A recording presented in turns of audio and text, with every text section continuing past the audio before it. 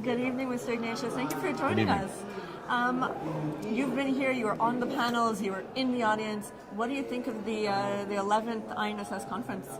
I thought this was particularly interesting just because there have been so many changes in the region that matter. I thought the discussion that we just had about Donald Trump and his effect on the Middle East, his effect on Israel was fascinating. I heard much more positive comments from Israeli panelists, both from the one that I just hosted and through the last 2 days about Donald Trump than I would have expected. I think the question marks in this region are as significant as ever. The one that we all talked about again and again is Iran.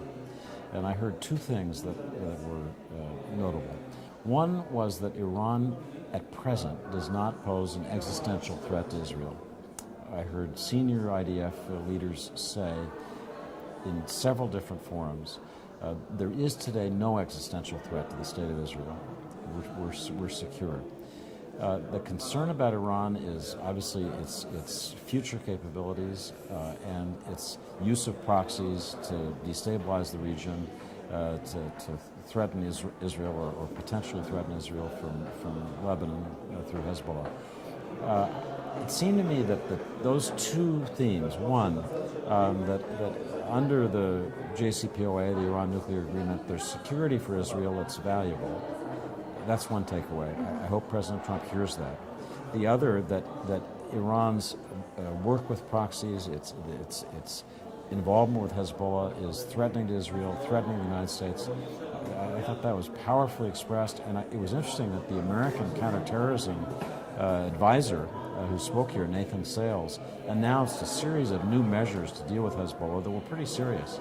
Also some significant new steps on Hamas. So I guess the other thing I'd note is that in talking about the Palestinian issue, I've been, I think, to almost every INSS conference over the last 11 years. I've never heard a more dispirited discussion of the Palestinian issue than I heard this time. People feel deeply anxious and even angry on both sides of the Israeli debate. I heard people speak with great passion about the threat to the Jewish democratic character of Israel that's caused by the lack of a separation and settlement with the Palestinians, that's fueled by unlimited support for unlimited settlements, for annexation. And I heard Naftali Bennett and other conservatives make the case that talking about any peace settlement with the Palestinians is ridiculous at a time when there's just no willingness on their side to talk. So I think that would be the final takeaway here is the peace process, in quotation marks, seems as dead as I can remember at maybe any time in the last few decades. When you say that the peace process is as dead as you can remember, do you think that Trump's statement on Jerusalem had an effect on that? I mean, you just said that you've heard such great things coming from Israeli leaders and about Trump, but perhaps that had a negative effect on the peace process that you said now is dead. I think it gave an opportunity. Let me put it a different way. My own feeling is that the Jerusalem announcement made it easy for Mahmoud Abbas, for Saeb Erekat to say that they're not interested in working with Trump on his so-called ultimate deal. Whether they would have been willing to be involved in those negotiations in a serious way is a little unlikely anyway. And I've heard a lot of people say that Abu Mazen used the Jerusalem announcement as an excuse to pull back from a process he wasn't happy with anyway. Mm-hmm. So it's hard to know whether the Jerusalem announcement was a significant additional cause. My sense is that there are these two competing narratives, and the ability to find space to compromise, it keeps getting smaller. Every year I come to Israel, I find less ground on which this deal could be done. There's literally less ground because the presence of settlements in the West Bank grows, and there's less space. And you were just in the West Bank yesterday, correct? And, I was. And you wrote an article about your visit there.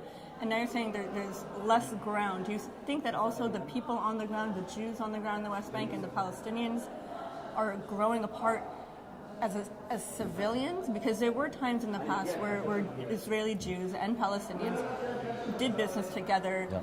and that is also disappearing. I shouldn't pretend that on the basis of a one-day visit I can really comment very knowledgeably about this. I just can tell you what I heard.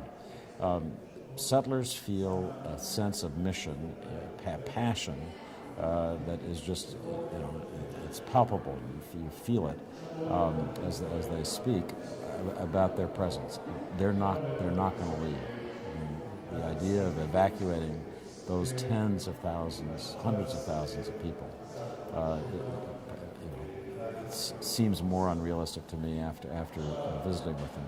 I know from many years of experience the depth of passion, attachment that Palestinians feel to their villages, to every olive tree. I can remember I lived for a week once in Halhul, just north of Hebron, and I can remember the man I lived with, a Palestinian stonecutter, the passion he felt for his olive trees, and they were bisected by a road, there was fence. He watched his trees die, and I remember the last time I went to see him, him looking at these dying olive trees just with a sense of a broken heart. This was somebody who really wanted to make peace with Israel, despite all of it. So, that's my concern, is that emotionally, intellectually, and physically, the space to do the deal that would, my Israeli friends say, would preserve the democratic Jewish character of the state. The space to do that deal does seem to be shrinking. I worry about that. Great, thank you so much. Thank you.